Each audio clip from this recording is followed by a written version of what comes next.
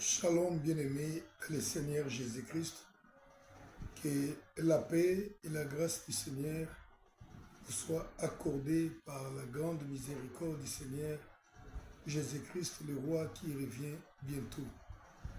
Bien-aimés, par la grâce du Seigneur, nous sommes encore ensemble avec vous pour pouvoir vous donner cet enseignement très précieux que le Seigneur nous a donné pour ses enfants qui attendent son retour. Et le message, nous l'avons intitulé « Comment les héros sont-ils tombés ?» Je voudrais rappeler d'abord, je voudrais faire un petit rappel par rapport à ce que nous venons d'enseigner les jours passés. Nous avons parlé sur les choses qui leur sont arrivées.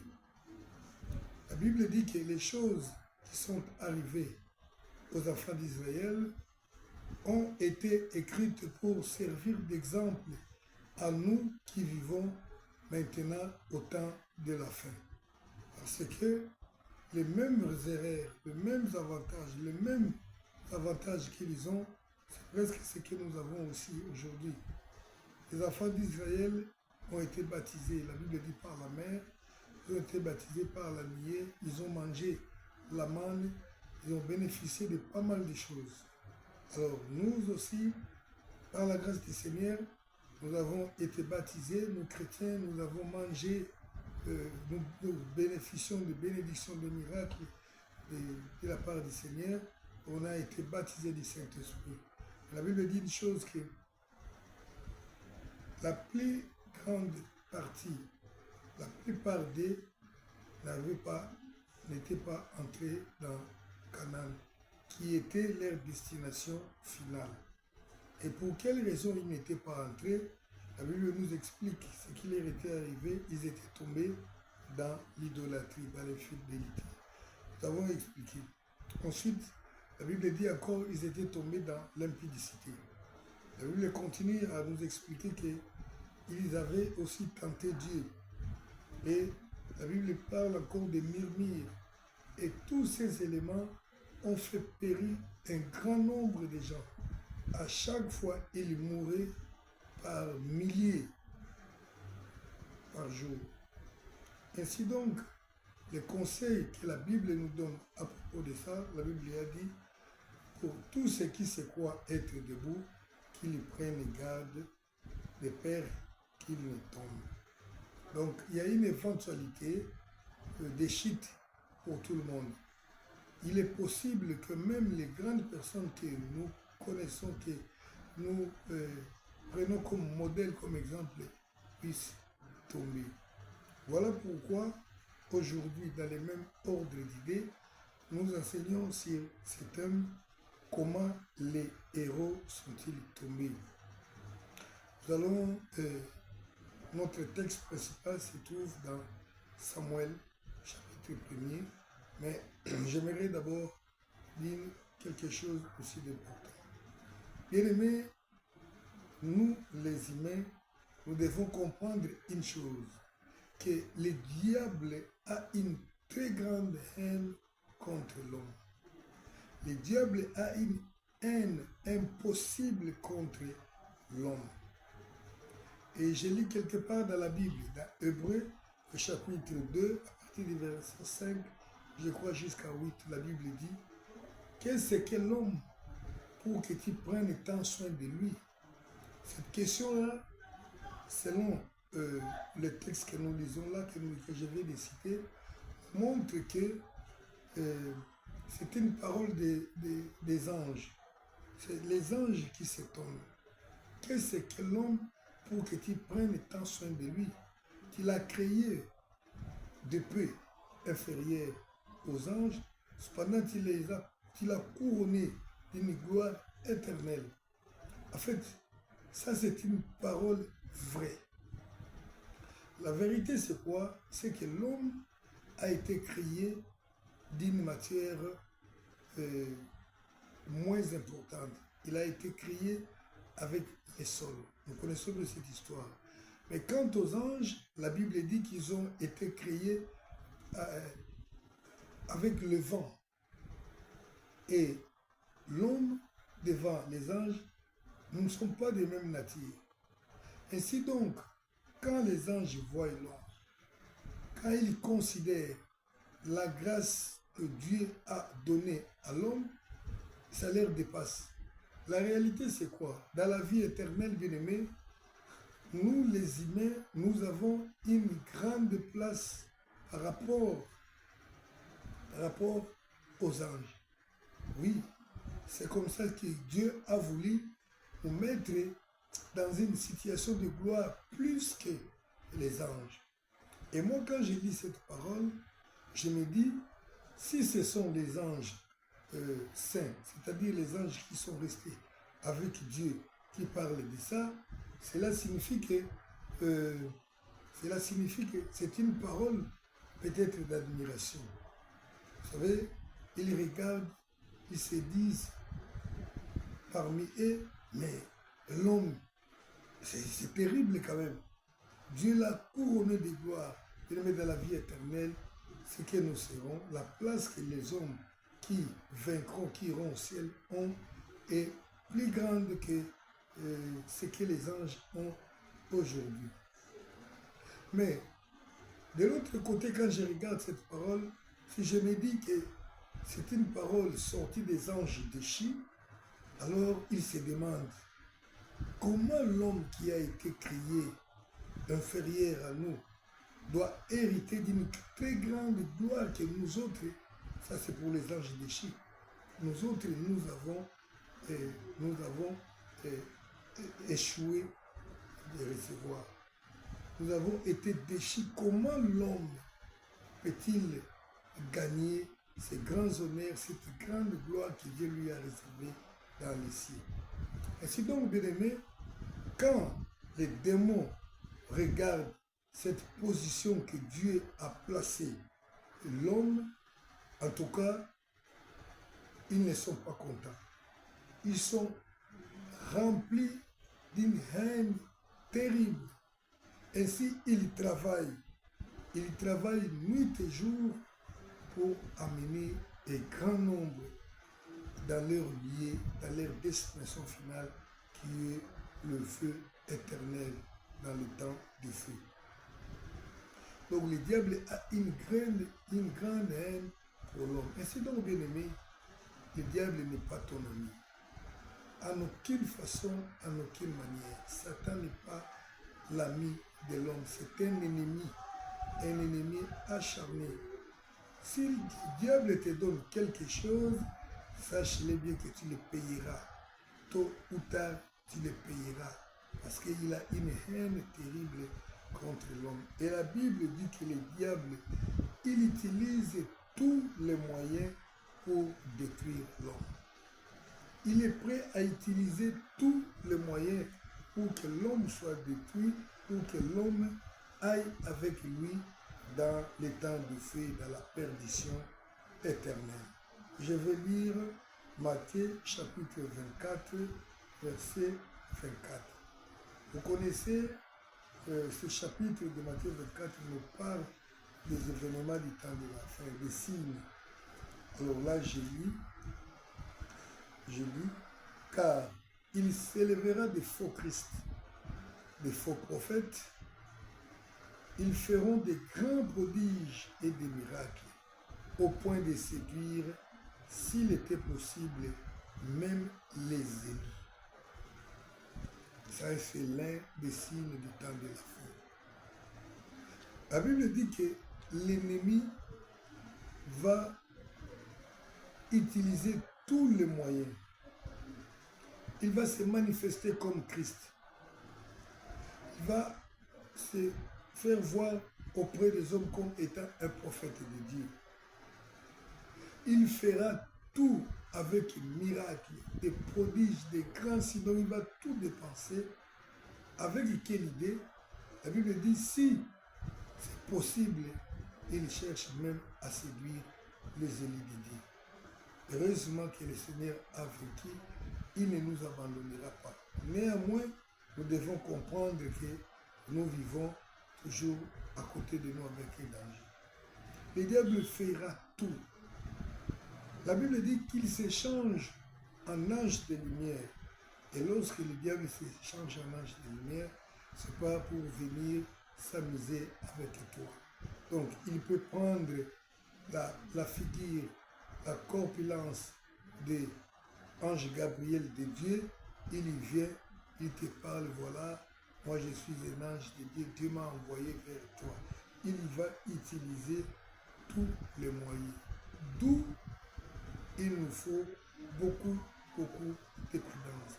D'ailleurs, le Seigneur a dit, soyez prudents comme les serpents et doux comme la colombe. Non, nous ne sommes pas des gens nerveux, nous sommes des gens posés, doux, mais très prudents. Nous devons être très prudents. Et l'apôtre Paul a raison, s'inquiéter. Il dit, je suis inquiet. Dès Corinthiens chapitre 11, verset 14. L'apôtre Paul dit ceci, je vous ai fiancé à Christ, mais je crains que, voilà, les Corinthiens 11, verset 2 et 3, car je suis jaloux de vous d'une jalousie de Dieu, parce que je vous ai fiancé à un seul époux, pour vous présenter à Christ comme une vierge pure. Toutefois, de même que le serpent séduisit Ève par la ruse, je crains que vos pensées ne se corrompent et ne se détournent de la simplicité à l'égard de Christ. L'apôtre dit, Paul dit, je crains, je peur. Bien-aimés, si nous vous enseignons chaque jour, si nous parlons de ces choses, nous craignons que vous puissiez tomber dans les ruses du diable, que vous soyez séduits comme Ève a été séduite. Ainsi donc, bien-aimés, nous devons avoir dans la tête que nous avons une lutte perpétuelle contre l'ennemi, une lutte perpétuelle contre le diable. La Bible dit que les désirs de la chair sont contraires aux désirs de l'esprit. Et il y a une prophétie qui avait été dite par Moïse. Il dit, comme la main s'est levée devant le trône de l'Éternel, il y aura guerre contre Amalek de génération à génération. Alléluia. Exode chapitre 12, verset 5. Il y aura guerre. Ici, Amalek représente la chair. Nous avons un ennemi qui est tout près de nous. Donc, c'est-à-dire, le diable, notre ennemi, utilise ce qu'il trouve plus près de nous pour nous détruire. Ainsi donc, bien-aimés, la prudence est mise. La Bible dit, l'homme prudent voit les mal de loin. Il regarde comme ça de loin. Il voit déjà qu'il y a un problème là-bas. Et qu'est-ce qu'il fait? Il se cache. Ainsi donc, nous sommes en train d'enseigner comment les héros sont-ils tombés. Parce qu'il y a certaines personnes, nous voyons aujourd'hui, comme nous allons le lire tout à l'heure là, que nous considérons, que la Bible considère que Dieu lui-même a appelé les vaillants héros, mais ils sont quand même tombés. Bien aimé, la Bible dit que celui qui se croit debout, fasse attention, fasse garde qu'il ne tombe. Donc personne ne peut dire que moi je suis à l'abri. J'ai entendu certaines personnes dire, la Bible dit, le juste tombera 6 fois et 7e fois, et le Seigneur les relèvera. Et ils disent, ils pensent que tu peux tomber jusqu'à 7 fois et après tu ne tomberas plus. Non, bien aimé, ça c'est une mauvaise compréhension des Écritures.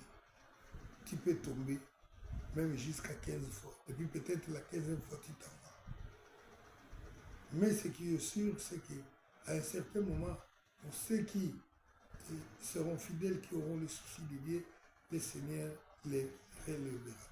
Néanmoins, la prudence est mise. Comment les héros sont-ils tombés? C'est la question que la Bible nous a posée, c'est la question que nous nous posons. Ainsi donc, nous allons étudier voir qu'est-ce qui s'est passé pour que certains héros puissent tomber. Les personnes que Dieu lui-même appelle héros, qu'est-ce qui s'est passé? Comment sont-ils tombés? Alléluia. Voilà, notre lecture, c'est dans les livres de Samuel, au chapitre 1er, de Samuel plutôt, chapitre 1er, à partir du verset 17 jusqu'au verset 27. Je vais lire au nom du Seigneur Jésus-Christ. Voici les cantiques funèbres que David composa sur Saoul et sur Jonathan, son fils. Ce que nous allons lire ici est un cantique, est un chant funèbre, un chant de deuil que David, inspiré par Dieu, a composé. Il a composé pour quelle raison? Il a composé, et à quelle occasion plutôt? C'était à l'occasion de la mort de Saoul et de Jonathan. Alléluia. Verset 18, il dit, et qu'il ordonna d'enseigner aux enfants de Juda. C'est le cantique de l'arc. Il est écrit dans le livre d'Égypte. David n'écrit pas simplement un cantique funèbre juste pour les sentiments ou pour emporté par l'émotion de la mort de les vaillants héros Saoul et son fils Jonathan, mais il dit ceci, la Bible dit qu'il ordonna d'enseigner aux enfants de Juda. C'est très important que nous comprenions cet aspect bien-aimé. Comme nous l'avons dit précédemment, que la Bible dit que tout ce qui a été écrit a été écrit pour notre instruction à nous qui arrivons à ce temps de la fin. Alléluia. Donc voyez-vous déjà, on nous les recommande comme un enseignement. Ces chants funèbres que nous sommes en train de lire, que nous allons lire, que nous allons exploiter. La Bible dit que ces chants, c'est les cantiques de l'arc. L'arc, c'est une arme. Donc c'est un chant, les chants d'armes. C'est comme si les soldats, les militaires, les combattants doivent chanter ces cantiques, doivent se remémorer pour comprendre la quintessence de cette chanson, de cette cantique, pour bien vaincre dans les combats. Donc c'était chant des militaires et chant des vaillants, écrit dans le livre d'Égypte. Verset 19. L'élite d'Israël a succombé des collines. Comment les héros sont-ils tombés? C'est ça, même les refrains de notre cantique. Vous voyez, il y a bien des solos, mais les refrains. Comment les héros sont-ils tombés? La Bible dit que l'élite d'Israël a succombé sur les collines. Vous voyez, ici, on ne parle pas des petits hommes, hein, des petits gens. Dans toute société, il y a une certaine catégorie de personnes qui sont considérées comme des élites, c'est-à-dire les meilleurs. Et là, on dit que c'est l'élite d'Israël. Donc les meilleurs, donc on peut avoir des combattants, on peut avoir, mais les meilleurs. Et quand vous savez qu'une personne normale tombe, un faible, là, vous connaissez déjà que non, cet homme, il ne sait même pas, il ne comprend même pas. Quand il tombe, ça ne posera aucun problème, il n'y aura pas d'émotion, pas d'étonnement. Mais lorsque c'est lui qui est considéré comme élite, c'est-à-dire quelqu'un en qui l'espoir de toute une nation peut se reposer, de toute la famille peut se reposer, une personne respectueuse, craint, redoutable, lorsque c'est lui qui chute, bien aimé, sache que c'est peut-être incompréhensible. Mais ici, on dit que c'est l'élite d'Israël qui est tombée. Frère, crois pas que parce que tu es devenu pasteur, que tu es devenu apôtre et que tu es à l'abri, cet enseignement te concerne. Comme les petits-enfants, comme les vieux, cet enseignement nous concerne tous. Vous savez que le diable travaille très fort pour frapper ceux qui sont connus pour leur modèle, pour leur façon, leur sanctification. Ce sont ces personnes-là qui sont divisées. Tu sais que toi qui crains Dieu, dont la réputation est partie partout, que c'est un homme qui craint Dieu, si tu tombes aujourd'hui, eh bien, les petits hommes, les frères, les hommes normaux, les diables n'auront même pas besoin de s'attaquer à eux. D'eux-mêmes, ils tomberont, ils diront déjà, bon, lui il est tombé, pourquoi moi je ne peux pas tomber? C'est comme s'ils ils iront eux-mêmes chercher la tentation, chercher le diable. Non, comment vous nous le regardez comme ça? Parce qu'il y a un certain moment, même si c'est Christ qui est notre modèle, et la Bible dit, soyez mes imitateurs, nous sommes les imitateurs des apôtres, ils ont nos modèles, ils sont aussi nos modèles. Et quand l'un des tombe, c'est un problème. Voilà pourquoi le Seigneur veut que toi qui les considères comme héros, dans ta famille, on parle de toi. On parle de toi un peu partout, parce que tu es un homme respectable. Mais faites attention, il y a eu des héros qui étaient tombés. Verset 20.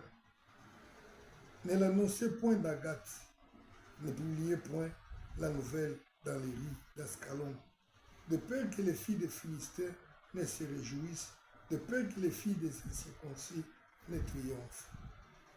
Vous savez, bien aimé, lorsqu'un tel événement arrive, aujourd'hui, il y a certaines personnes qui se plaisent lorsqu'il y a la chute du nom de Dieu, d'un pasteur, de serviteur de Dieu. C'est pour eux, je ne sais pas, la meilleure occasion. Ils sont les premiers à publier. C'est une très bonne information, mais ça ne peut pas être la réaction d'un véritable enfant de Dieu. La Bible dit ceci, ne publiez point. Il est meilleur des choses qu'on peut publier, il y en a d'autres qu'on ne peut pas publier. Oui, si je peux publier un faux pasteur connu, c'est pour avertir les hommes de Dieu, les enfants de Dieu, afin qu'ils ne tombent pas dans les filets des faux pasteurs. Mais si je sais que cet homme est un homme de Dieu et qu'il est tombé, non, je dois fermer ma bouche. Et d'ailleurs, je dois me dire, s'il est tombé, moi aussi je peux tomber. Ça ne peut jamais être une occasion de réjouissance. Ça ne peut pas être quelque chose à publier sur Facebook, à publier sur... généralement, les gens qui travaillent comme ça, ce sont les Philistins. Ce sont ceux qui vivent dans les camps de l'ennemi. David recommande aux guerriers, il dit, ne publiez pas cette nouvelle. Parce que c'est une honte pour une armée, c'est une honte pour un peuple. Et d'ailleurs, quand vos vaillants tombent, quand vos soldats, vos militaires d'élite tombent, cela montre la vulnérabilité de votre nation. Et même ceux qui vous craignez peuvent vous attaquer. Même les petits démons, quand ils vous voient déjà vous êtes terrassé, c'est pourquoi, bien aimé, à un certain moment, même quand on est dans la faiblesse, on ne dit pas à tout le monde. On ne veut pas dire à tout le monde, voilà, tu vois, moi je suis comme ça là. Et une bonne partie des personnes sont tombées. Pourquoi? Parce qu'ils ont venu montrer leur faiblesse devant les hommes. Quelqu'un qui veut dire des choses impossibles à un faux pasteur. Tu vois, moi là, depuis que je suis dans ma maison, mon mari ne me satisfait pas, moi tout cela. Il est faux, il ne comprend déjà, il est déjà affaibli. Déjà, il y a des barrières qui sont tombées et c'est comme ça que la plupart des gens tombent. Les gens qui viennent étaler leur faiblesse. Et quand l'ennemi t'attaque, le diable t'attaque la nuit, les matins comme ça, il cherche à savoir qu'est-ce qui s'est passé à toi. Il te demande comment, même si tu as mal, tu dis seulement tout va bien. Et il se dit, en tout cas, cet homme est autre chose. Et puis il se dit, autant mieux l'abandonner.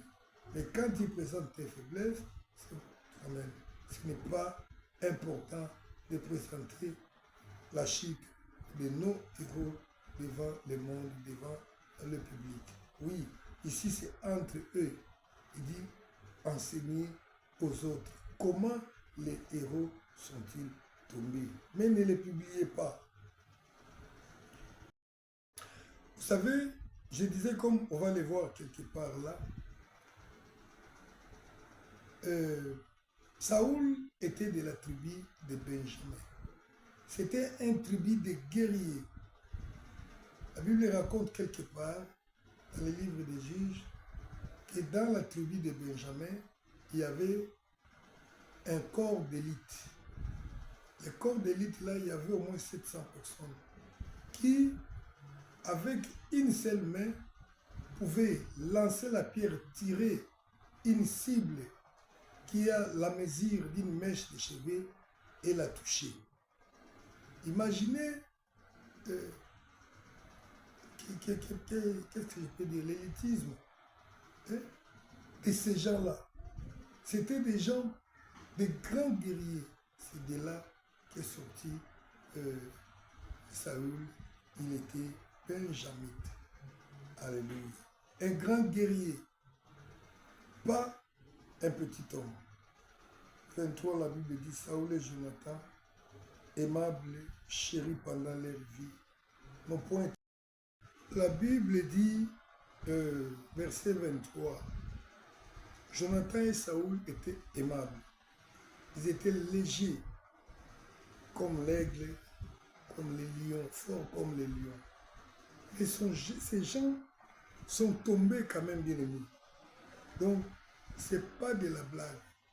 Voilà pourquoi il se pose la question, comment les héros sont-ils tombés?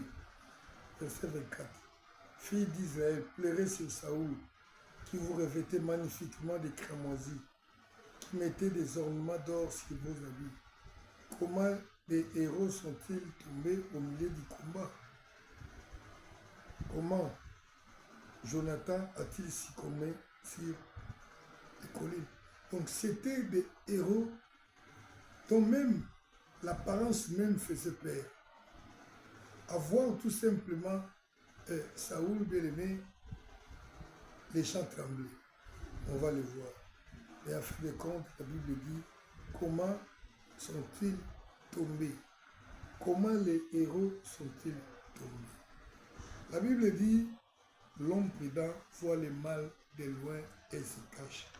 Voilà pourquoi nous allons étudier comment sont-ils tombés, ces grands-là. Si on ne fait pas attention, nous aussi, nous tomber de la même manière, de la même façon. Et le Seigneur veut que nous ne tombions pas. Voilà pourquoi nous allons parler sur comment les héros sont-ils tombés.